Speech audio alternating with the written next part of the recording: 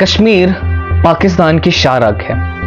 कश्मीर बनेगा पाकिस्तान, ये कहा था कायदे आजम ने। आप आजाद हैं, आजाद रहें। 70 सालों से हम यही नारे सुनते आ रहे हैं, मगर क्या कभी आपने सोचा कि आम कश्मीरी लोग क्या चाहते हैं? क्या वो पाकिस्तान से मिलना चाहते हैं या फिर इंडिया से?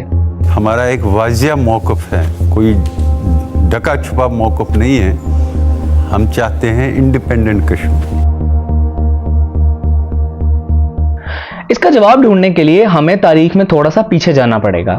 1947 में जब इंडिया और पाकिस्तान अलग अलग हुए तो जम्मू और कश्मीर ने किसी के साथ भी ना मिलने का फैसला किया, क्योंकि उस वक्त का कश्मीर का महाराजा हरि सिंह हिंदू था और वहां की मेजॉरिटी मुसलमान थी। जब कबायली जंगजू जो कि पाकिस्तान से निकलकर कश्मीर में जा घुसे थे, राजा हरि सिंह ने उनकी मदद लेते हुए इंडिया के साथ इल्हाक कर लिया। In 1947, India and Pakistan went to war over Kashmir. The United Nations took up the issue and classified Jammu and Kashmir as Indian administered. Kashmir was a Muslim state.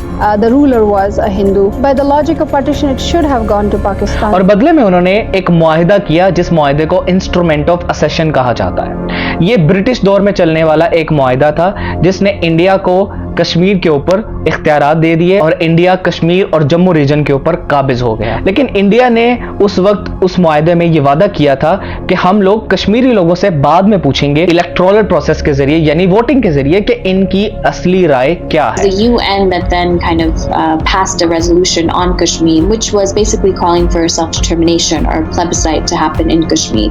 That vote on self-determination in Kashmir never happened. लेकिन वो दिन है और आज का दिन, ऐसा कभी भी हिस्ट्री में हमें होता हुआ नजर ही नहीं आया। फिर आता है साल 1989। ये सबसे बड़ा टर्निंग पॉइंट था कश्मीर की हिस्ट्री में। इस दौर में कश्मीरी नौजवान पहली बार प्रोटेस्ट के लिए उठे, एहतजाज करने के लिए उठे और उन्होंने पहली दफा बंदूक उठाई इंडियन जबर के खिलाफ।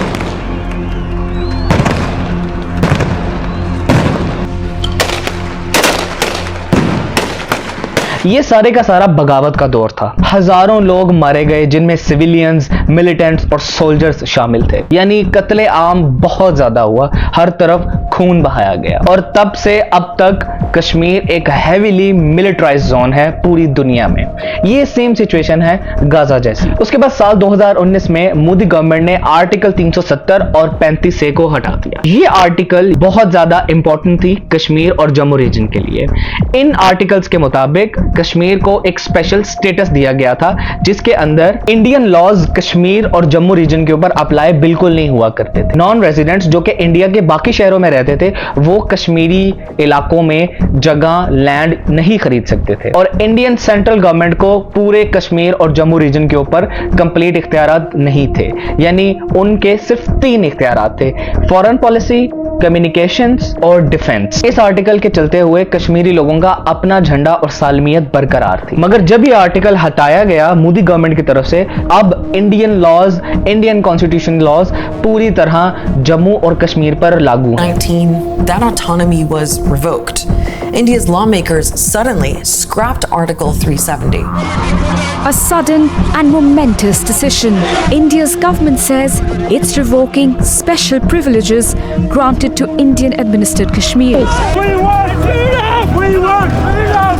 डॉन के एक आर्टिकल के मुताबिक इंडिया का 370 आर्टिकल और 35A आर्टिकल को खत्म करने के पीछे मकबूजा कश्मीर के अंदर वहां की डेमोग्राफिक्स को चेंज करना था, यानी वहां पर मुस्लिम मेजोरिटी को कम करना था। एक बहुत मशहूर कोट है कि if you can not change people's mind, change the people. यही सारी सेम टैक्टिक इसराइल ने गजा में इस्तेमाल की और इंडिया कश्मीर में इस्तेमाल कर रहा है, क्योंकि जब आप डेमोग्राफिक्स को चेंज कर देंगे, मेजोरिटी को बदलने की कोशिश करेंगे, वहां पर अपनी मर्जी के लोग फिल्टर करना शुरू करेंगे, तो वहां के नौबादियाती निजाम जो है, जो डेमोग्राफिक्स हैं, वो बिल्कुल चेंज हो जाएंगे, आपके हिसाब के हो जाएंगे।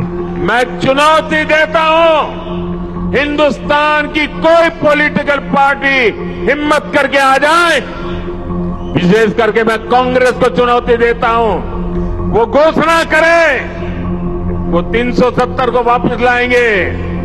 ये देश उनका मुंह तक देखने को तैयार नहीं। अगर हम कश्मीर और जम्मू रीजन की पॉपुलेशन की बात करें तो जम्मू और कश्मीर की जो टोटल पॉपुलेशन है वो 1.5 करोड़ के करीब है, जिसमें से 70% आबादी मुस्लिम लोगों की है और बाकी हिंदू पॉपुलेशन है। अगर हम पब्लिक ओपिनियन की बात करें तो हमें यह जानना जरूरी है कि आखिर कश्मीरी लोग क्या चाहते हैं। 2005 के एक सर्वे के मुताबिक 66% कश्मीरी मेजोरिटी सिर्फ और सिर्फ इंडिपेंडेंट स्टेट को सपोर्ट करती है, सिर्फ 6% ने पाकिस्तान से मिलने को सपोर्ट किया और लद्दाख और जम्मू में 70 से 76% आबादी इंडिया के साथ रहना चाहती है। 2010 में चैथम हाउस का एक सर्वे किया गया। इस सर्वे के मुताबिक 74 से 95% कश्मीरी मेजोरिटी इंडिपेंडेंट स्टेट बनना चाहती है, जबकि जम्मू में ये 1% के करीब है। अभी सबसे लेटेस्ट रूटर्स का किया हुआ 2020 का सर्वे ये कहता है कि श्रीनगर के 90% लोग इंडिपेंडेंट कश्मीर चाहते हैं और सिर्फ 3% ने पाकिस्तान और 7% ने इंडिया के साथ मिलने की बात की। कश्मीर में आज भी लोग बहुत ज्यादा डिप्रेशन में हैं। कश्मीरी नौजवान